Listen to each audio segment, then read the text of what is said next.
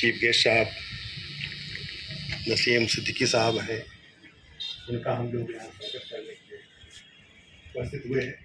वो माननीय सिराज मोदी साहब के बुलाने पर हम लोग आए और यहाँ पर तमाम साथी आए हैं जो कि इस देश में कुछ बदलाव करने की सोच रखते हैं।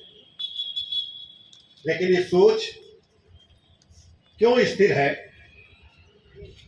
क्यों उस दिशा में हम पहुंच जा रहे हैं जहां से हमें पीड़ा मिल रही है, जहां से हमारा अपमान हो रहा है, जहां से हमारा सब कुछ छिन रहा है। तो उसकी सोच में या तो कुछ कमी रह गई है और वो नसीम सिद्दीकी साहब उसका नेतृत्व के रूप में इस जो जिम्मेदारी दी गई है, ये 3 प्रदेशों की यूपी, बिहार, गोवा और जो माइनॉरिटी सेल के चेयरमैन बनाए गए, उन पर माननीय शरद पवार जी ने जो विश्वास किया,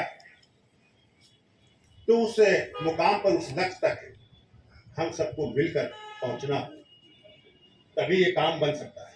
लेकिन साथियों, हर व्यक्ति अपने आप में एक ताकत है, क्योंकि मैं उस सिस्टम में काम किया है जिस समाज को इस देश में दुत्कारा गया, अपमानित किया गया। यहां तक कि जब उस सिस्टम को चलाया जा रहा था तो हम लोग झंडा जेब में छिपा कर ले जाते थे। वो उस समाज की ये स्थिति थी, लेकिन उसको भी उस मुकाम पर पहुंचाया गया जहां उसे पहुंचना चाहिए था। लेकिन ये जरूर है, उसमें नेतृत्व में कहीं कमी आई, जो आज फिर से उन हालातों में पहुंच गया जहां नहीं जाना चाहिए था। और उस मुसीबत की वो खुद अपने आप को ढाल लिया है उसने मुसीबत में। वो कारण है नेतृत्व का। साथियों, अगर वास्तव में नेतृत्व सही मिल जाए तो इस देश की दिशा बदली जा सकती। सरकार बदलने की कोई बात नहीं, सरकार तब बदलेगी जब हम आप बदलेंगे, जब हम आप वो सोच पैदा करेंगे। हम आपके बीच में सरकारें बनती रही, सरकारें बनी हैं, लेकिन नफरत नहीं घटी है।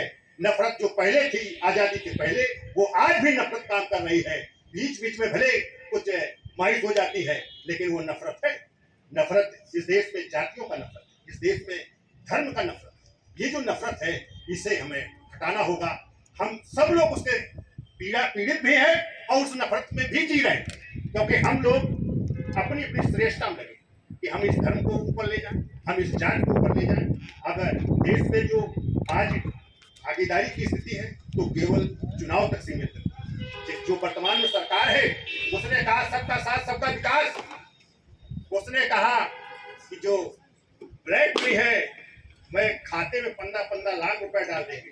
ये जो माहौल गया, तो देश में जो सरकारें काम कर रही थी, उन्होंने इस सोच को कहीं समझे नहीं, और जो नहीं सोच को लागू करना था, लेकिन उससे पावर को, ताकत को देना था, इसलिए उसने पावर को दिया और उसके विरुद्ध काम किया।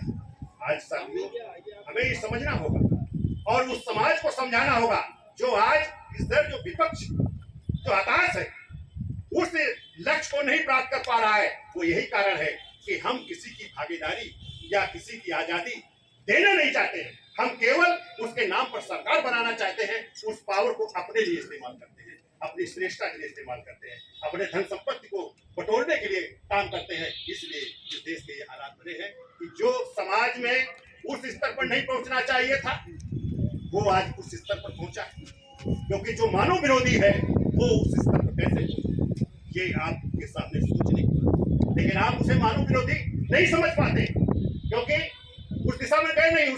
उसको कारण तो मानव विरोधी का, इस देश का जो मजलूम है, जिसके ऊपर सभी चढ़कर आगे चले हैं, वो ही समझ सकता है। मैं उसी का हिस्सा, आज मैं समझ रहा हूँ और मैं उसी पर काम कर रहा हूँ। मैं इसलिए तमाम पार्टियां मुझे इस्तेमाल करना चाहती थी, मैं नहीं हो रहा। अखिलेश जी भी कहा कि आप ज्वाइन कर लो, तो हमने कहा ज्वाइन तब करेंगे, पहले आप गारंटी दो कि हमारी सरकार बनने के बाद इस देश में उस दलित के साथ ये नाइंसाफी नहीं होगी कि आप सरकार में आए तो उनके ऊपर जो कहर ढाया गया है वो शायद ये सरकारें नहीं कर सकती थी। जो सरकारें को करना चाहिए ये सरकारें नहीं कर सकती थी। उनको आप अपमानित किया कि उस समाज को उस हिस्सेदारी से ही अलग कर दिया, डिवाइड कर दिया। तो ये आप विश्वास दो ना। आप कहते तो हो लेकिन चुपके से क्यों कहते हो? सामने कहो ना समाज के। तो साथियों, मुझे माननीय सिराज मेहदी की जो बातचीत मेरे से हुई है और जो होती चली जा रही है, तो मुझे विश्वास है कि शायद माननीय शरद पवार जी उस दिशा में बढ़ना चाहते हैं और उसका नेतृत्व नसीम सिद्दीकी जी को अगर दिया गया तो मैं चाहूंगा कि हम भी इनके साथ आगे बढ़ सकते हैं। और मैं तमाम इस समाज के साथियों से, यहाँ बैठे लोगों से ये अपील करूंगा कि इस दिशा को आगे बढ़ाइए और इस दिशा में सबका सम्मान बढ़ेगा, किसी एक का सम्मान नहीं बढ़ेगा, सबको सम्मान बढ़ेगा और सब पर जो नाइंसाफी हुई है वो दूर होगी, वो नहीं हो सकती है। तो इसलिए हम लोग सबको भागीदारी के आधार पर इस देश को बढ़ाने का काम कर सकते हैं। और इसी पर मैं अपनी बात को ये रोकूंगा क्योंकि बहुत नहीं बोलना है।